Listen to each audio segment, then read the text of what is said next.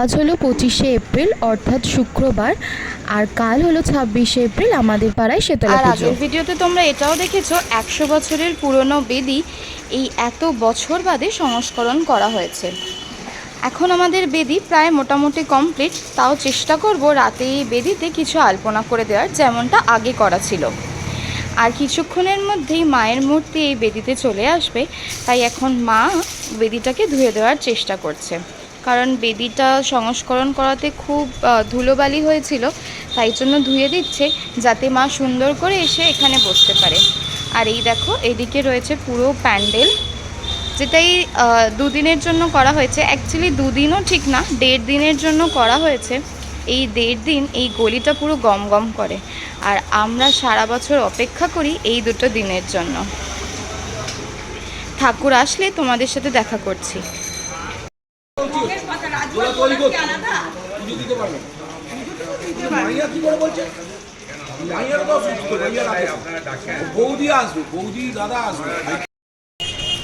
বেদি পরিষ্কার হয়ে গেছে, ঠাকুর কিছুক্ষণের মধ্যেই চলে আসবে।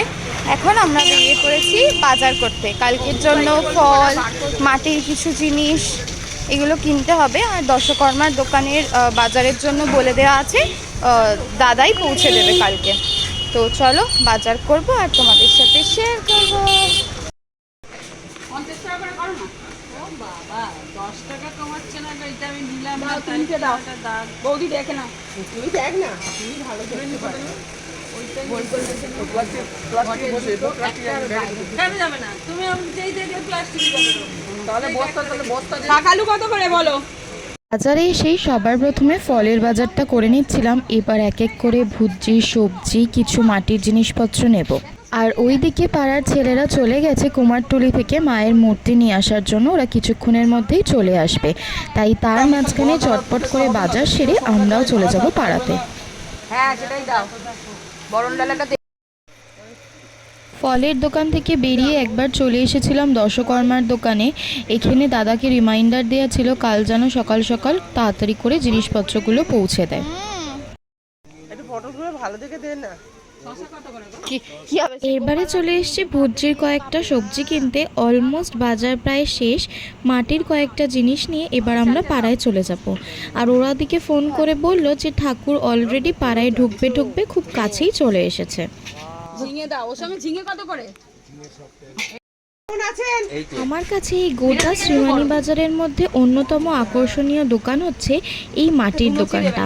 এই মাটির দোকানটা দেখতেই আমি ছোটবেলা থেকে খুব ভালোবাসতাম। এখানে বিভিন্ন রকমের ভান্ডার, ছোট ছোট খুঁড়ি, আর এখন দেখো খুব গরম পড়েছে বলে জলের কলসিও রেখেছে। তোমাদেরকে বললাম না, বাজার সেরে আস্তে আস্তে হয়তো গিয়ে দেখবো ঠাকুর চলে এসেছে। ঠিক এমনটাই হয়েছে। বাজার নিয়ে আমরা জাস্ট ঢুকলাম আর ওই দিক দিয়ে দেখি ঠাকুরও এসে গেছে। ঠাকুর দেখে ঠিক আমরা যতটা খুশি ততটাই ঠিক অবাক, কারণ ঠাকুর এতটাই বড় হয়েছিল যে প্যান্ডেলে ঢোকানোটা বিভৎস মুশকিলের ব্যাপার। আর ঠিক এই ভয়েই আমরা প্রত্যেক বছর ছোট ঠাকুরের অর্ডার দিয়ে আসি। কেন জানি না, মায়ের হয়তো ইচ্ছা মতো বা মায়েরই এটাই হয়তো লীলা, বা মা এরকমই আসতে চায়। কোনো না কোনোভাবে ঠাকুর এতটাই বড় হবে যে আমরা প্রায় হিমশিম অবস্থা। তবে কি জানো, সে তো মা, তার ব্যবস্থা সে নিজেই করে। আমাদের আর সাধ্যি কোথায় তার ব্যবস্থা করার। খুব সুন্দরভাবেই মা খুব সহজেই বেদিতে সুন্দরভাবে বসে পড়েছিল। হ্যাঁ, একটু কসরত করতে হয়েছে, মাকে আনতে গেলে এইটুকু তো কসরত করতেই হবে, তাই না?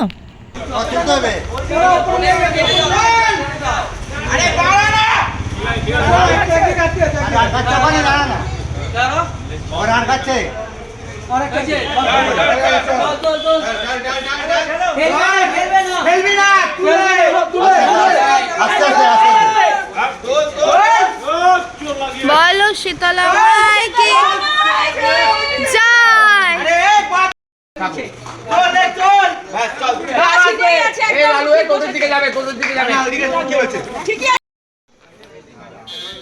এই দেখো, মা এবার বেদিতে খুব সুন্দরভাবেই বসে পড়েছে। বললাম না, তার ব্যবস্থা সে নিজেই করে। সে কখনোই চায় না যে তার সন্তানেরা তাকে নিয়ে খুব একটা কষ্ট করুক, তাই সে খুব নিজেই সুন্দরভাবে বেদিতে বসে পড়েছে। আর তোমাদেরকে বলছিলাম না, ঠাকুর আসার পর চেষ্টা করব যাতে মায়ের এই বেদিটা আলপনা দিয়ে সাজিয়ে দিতে পারি। তাই আমি, মা আর বদ্দি মিলে মায়ের এই বেদিটাকে আলপনা দিয়ে সাজিয়ে দেওয়ার চেষ্টা করলাম যতটা আমাদের সামর্থ্যর মধ্যে হয়। আসলে খুব রাতও হয়ে গেছিলো আর আজকে আমাদের বাইরে ডিনার করতে যাওয়ারও প্ল্যান ছিল। তাই তাড়াতাড়ির মধ্যে মা, আমি, বদ্দি মিলে তিনজনেই খুব সুন্দরভাবে আলপনাটা দিয়ে নেওয়ার চেষ্টা করলাম। কালকে খুব সকাল থেকে উঠেই শুরু করতে হবে মায়ের পুজোর তোড়জোড়। তাছাড়া মাকে অনেক অনেক গয়না দিয়ে সাজানো হয় সেই সবগুলো। পুজোর ভিডিও দেখতে হলে অবশ্যই কিন্তু চোখ রাখতে হবে